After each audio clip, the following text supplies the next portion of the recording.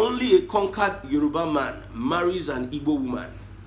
Only a conquered Yoruba man marries an Igbo woman and names his children Andela, Anaya, and Anayo. This is a statement from the Yoruba Ronu movement. This Yoruba Ronu have said so many things that makes me wonder, and I'm asking this question sincerely. If you're a Yoruba man and you're watching this broadcast, does the Yoruba Ronu movement represent the interest of the Yoruba people in the Southwest?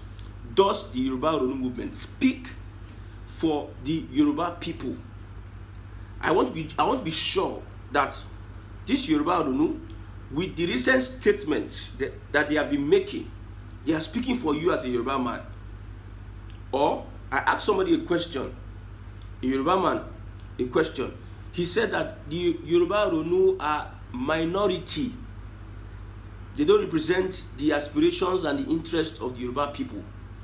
That's what this Yoruba man said. But this is one Yoruba man out of many people. That the Yoruba Ronu does not represent the interests and aspirations of the Yoruba people. One of the things that has been said by this Yoruba Ronu is, they said a Yoruba politician that marries Igbo should forget anything about political office in the Southwest. That the Yorubas are not going to vote for anybody that has an Igbo lady as wife. If you're a Yoruba man and you're going to get married to an Igbo lady, you should forget about political office in the Southwest. I will also ask this question: is there any difference between the Yoruba Ronu and the Biafra agitation?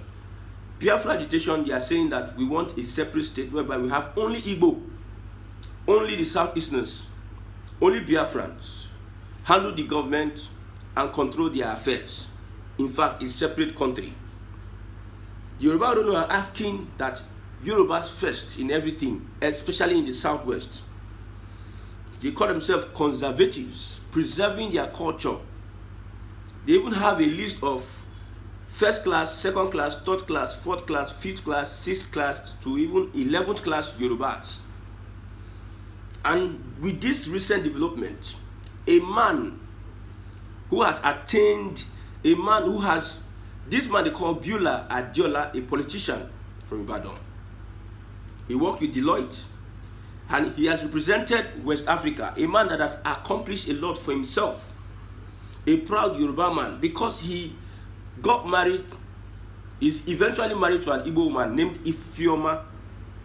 The Yoruba Ronu have come out to say that, no, this man cannot represent us Yorubas because he got married to an Igbo woman. So it is very interesting. I love what the Yoruba Runus are doing. I have told my Igbo brothers that Nigeria of today is bound to disintegrate, whether by hook or by crook. The Yoruba Ronu movement, they are doing the Lord's work.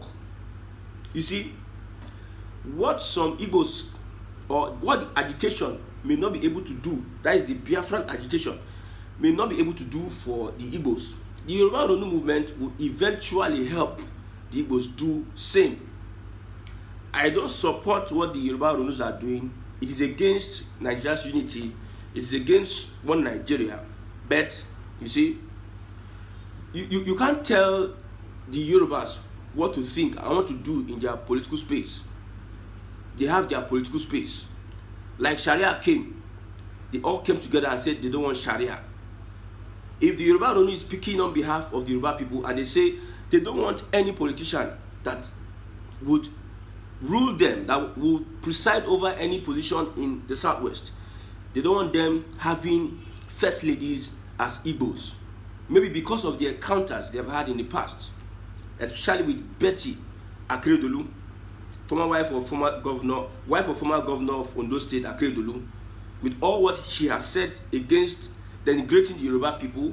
So they don't want anything Yoruba, Igbo, closer to political office in the Southwest. I thought we were running one Nigeria. I thought we were all together. But I never knew that we are not together. One Nigeria is a scam. We are just scamming ourselves. We have said it. But one thing that is paining me the most is the hatred that we have for ourselves, whether the Igbo or the Yoruba. The hatred this Yoruba Ronu, they are planting, the animosity they are planting for the unborn generations is going beyond other levels. This is political. Some people are taking it personally. When you go on social media, you see the comments from some of these Yoruba Ronu. I understand the political game they are playing. I understand it. I've said it before. Everything is geared towards making sure that Tinubu complete 8 years. 8 years. That is the ideal of the Yoruba Ronu. But one thing they don't know is that beyond these 8 years, there are other years. Nobody does anything in Nigeria and every other person forgets what they do or what they have done. Look at the coup that northern leaders were killed. Till today, the northerners are bearing grudges against the Igbos, the southeasterners. The Yorubas, they are silently bearing grudges against the north for the leaders, their leaders they killed. Look at what Tinubu is doing, dividing the north, left, right, center. The Yorubas have a way of paying back. They might not confront you, but they will stylishly stoop, dismantle you, and conquer you. I believe that is what Tinubu is doing to the north, strangling the north in whichever way. I believe he went to Enugu State to get some kind of nod from the southeasterners, which he may get 2027, which he may get, quote and unquote, he may get. But the animosity between the Igbos and Yorubas is uncalled for. Somebody made a statement and said, can we talk on how we can unite as a country? I think the person is a lady. We cannot unite with the hatred that has been planted. The hatred is like an iroko tree. It is going, the root is going deep. It's going deep. And this Yoruba Ronu movement are making it deep and deeper by day. There's this argument that bigotry started by the Igbos. Bigotry started by this. They started abusing Buhari, Hausa, Fulani, and this and that. Okay, let's look at Buhari. When Buhari started playing regional politics, some of the banters he got was because he played regional politics. He put northerners, Hausa, Fulani everywhere. That's the reason why you see when they were criticizing Buhari, they put the tag Hausa Fulani because he has northernized most of the position. Buhari actually bastardized the system of government we have in Nigeria today. Not because there is a hate on a particular whatever. You know, in every banter, some people would eventually go extreme to say all sort of things. Normally, you can't control the crowd. But when you look at it specifically, people are against bad government, bad governance. Now, when Tinubu came in power, majority of Nigerians saw the anticipation that Tinubu, Obi won the election, this, that, they were so eager. And with the mantra of snatch, grab it, and run away with it, people started criticizing Tinubu. Some of these Yoruba Ronu took that statement of criticizing Tinubu and they turned it that, so because he is a Yoruba man, you see where talk the entire talk. Tinubu, they said drug lord. Tinubu stole the election. Tinubu did that. So the APC boys, those that are paid to carry out a smear campaign and divert attention towards tribe, because that's what they really did since 2003. They had to divert the attention towards tribe because these guys are masters at causing commotion and division in Nigeria. The APC people started it with Jonathan. They carried out a smear and media campaign against Jonathan's government and they were successful. And the APC is the only political party that is behaving like both ruling and opposition. They have what it takes to carry out a media campaign, agenda and narrative against anybody and any which person. So the criticism on Tinubu, especially when they were going to the courts with Peter Obi and Atiku, some of these APC guys had to change the narrative. You know, Nigerians are easily swayed from one place to the other. They changed the narrative that, okay, because he's a Yoruba man. So when they brought in the Yoruba man, they now had to divert the focus. Oh, because he's a Yoruba man and Peter Obi is an Igbo man. That is where the conversation started. Remember one Sam Omaseye that wrote a piece, I think on the Nation newspaper, Obituary. Sam Omaseye is in the APC camp. That piece alone started a lot of fights politically, and it now seemed to be as if it is Igbo Yoruba because they had to pick on tribe. See, the Tinubu's government hampered on tribe and made sure that they used tribe to divide everybody so that Tinubu can continue his reign. That is what the APC Ronu have been doing over the few months that they have been doing what they are doing. I'm not saying that the Igbos never in the past said Yoruba is this, Yoruba is that, but that was on a low. Everybody does that. I was born and bred in Lagos. They call me Yibo. Omoina. All these things were said naturally. Were said normally.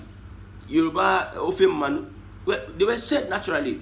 But why is it that when Tinubu became president, by hook or by crook, that it became an issue? They took it as an issue. See, if you're a Yoruba man, you need to understand what they call agenda setting. Yes, not even propaganda, agenda setting. You know what the media does for you, what the newspaper does for you? When you go to a newspaper stand, you see many newspapers. You see the Vanguard this day, you see Nations, Tribune, you see Newswatch, you see Sun and everything. So many things has happened in the past 24 hours. But it is these papers that decides which one they want you to discuss about and think about. Three things, major things might have happened, but the papers would take one out of the three things and make you forget the other things that happened. And you are not talking about one thing. Agenda setting. They tell you what to think and talk about. This is what the APC boys that have metamorphosed to Yoruba Ronu now. Remember, Yoruba Ronu was banned. Before Tinubu, these guys were not talking Yoruba. I know very few social media pages that were advocating for the Yoruba cause. But the ones that are speaking now, none of them were talking about defending Yoruba land. None of them. None of them. But it is until Tinubu became president that they all found their feet. We all know the plans of the Yoruba Ronu. I hope they continue in what they are doing. I hope they don't relent in what they are doing, because Biafrans want Biafra. And any which way, if God will use the Yoruba Ronu movement and cause division amongst the Nigerian people, because they don't know that that is what they are doing. They don't know. That is what they are doing. When you say a Yoruba man, a Yoruba politician should not get married to an Igbo woman, it goes beyond the politicians.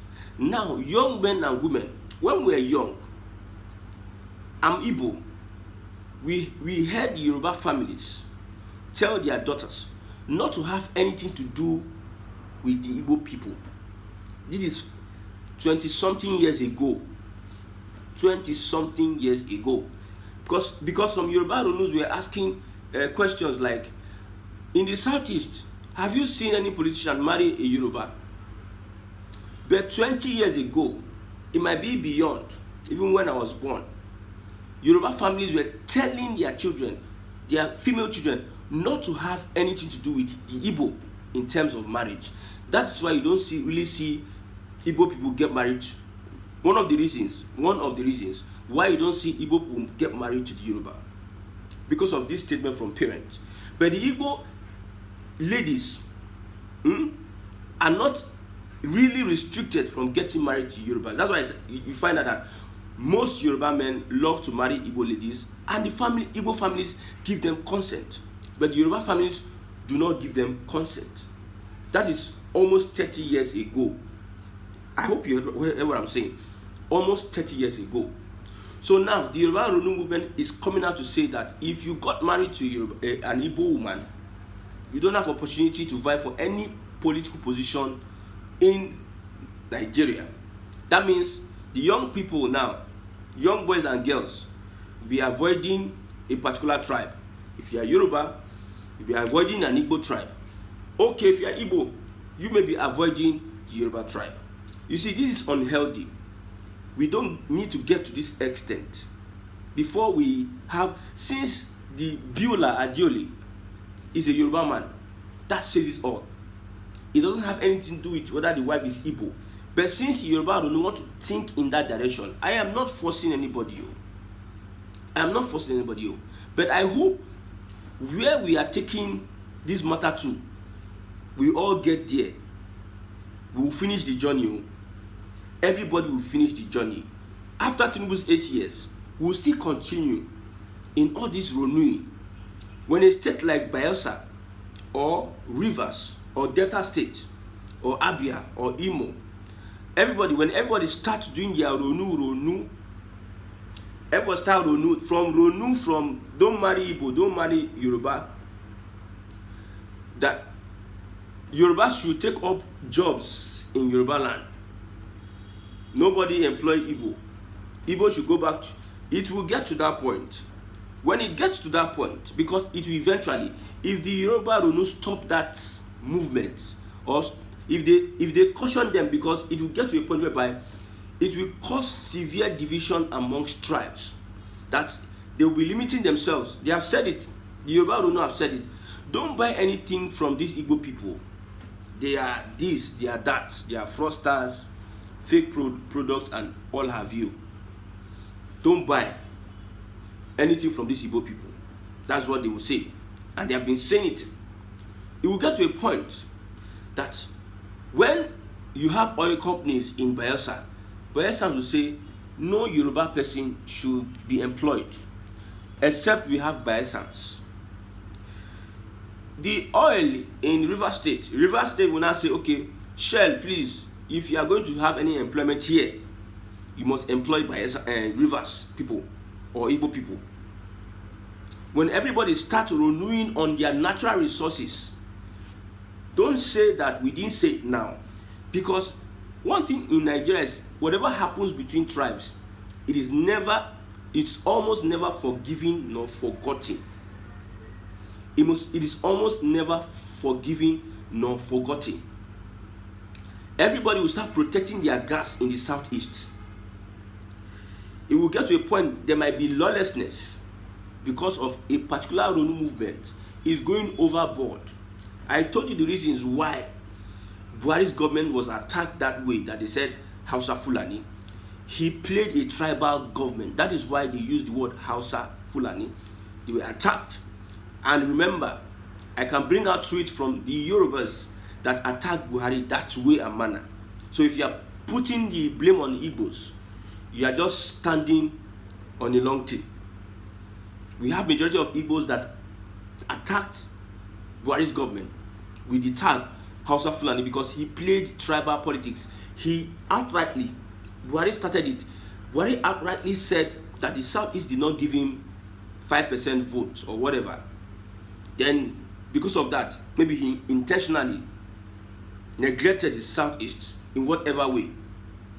So if a Yoruba Ronu starts opening his mouth to say one or two things, he doesn't know the history of whatever that is happening. Anything happening between Igbo and Yoruba banter, it is a normal banter that we have on the streets. I lived in Lagos for almost 30 years now. I lived in Lagos and I understand what I'm saying. It was never an issue until Tinubu came into power. Yoruba girls are smelly. Igbo boys are apple. This. That was a normal thing that was being said. In fact, I will blame our Igbo brothers for going that extreme. Now, it is time for everybody to focus on their father's farm and begin to farm their father's farm. It is going to lead to a point whereby everyone will say, we don't want to be part of any part. We want to go. If the Yoruba Ronu keep on pushing this thing, they will push it to a level whereby everybody will answer their father's name. And I've said it before, 80% of Nigeria's revenue is oil, and where is oil found? In the southeast, south. 80% of Nigeria's revenue is oil, and where is the oil found? In the southeast, the south. Now, these political leaders that are fanning these embers of division, they are not saying anything. When it gets to that point now, they will now start saying the unity of Nigeria is non-negotiable.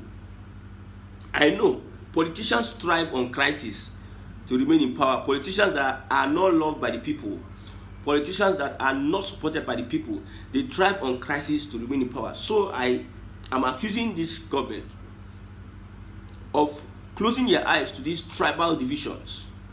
Maybe they are profiting from it.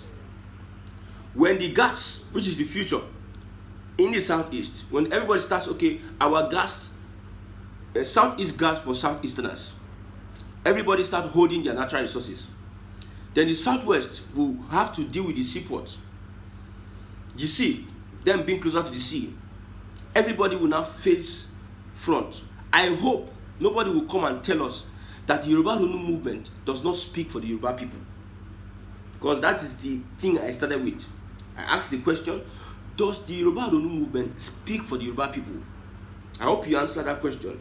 If they don't speak for the Yoruba people, then let them be curtailed. But if they speak for the Yoruba people, it's okay. I'm fine with the Yoruba Ronu and conservatives. I'm fine, because eventually we want a system change. If it's going to come from this Yoruba Ronu or Tinubu's clash with the North or whatever, or APC, we are about running a one-party system, and when the one-party system disembarks, then we are going to have a system change.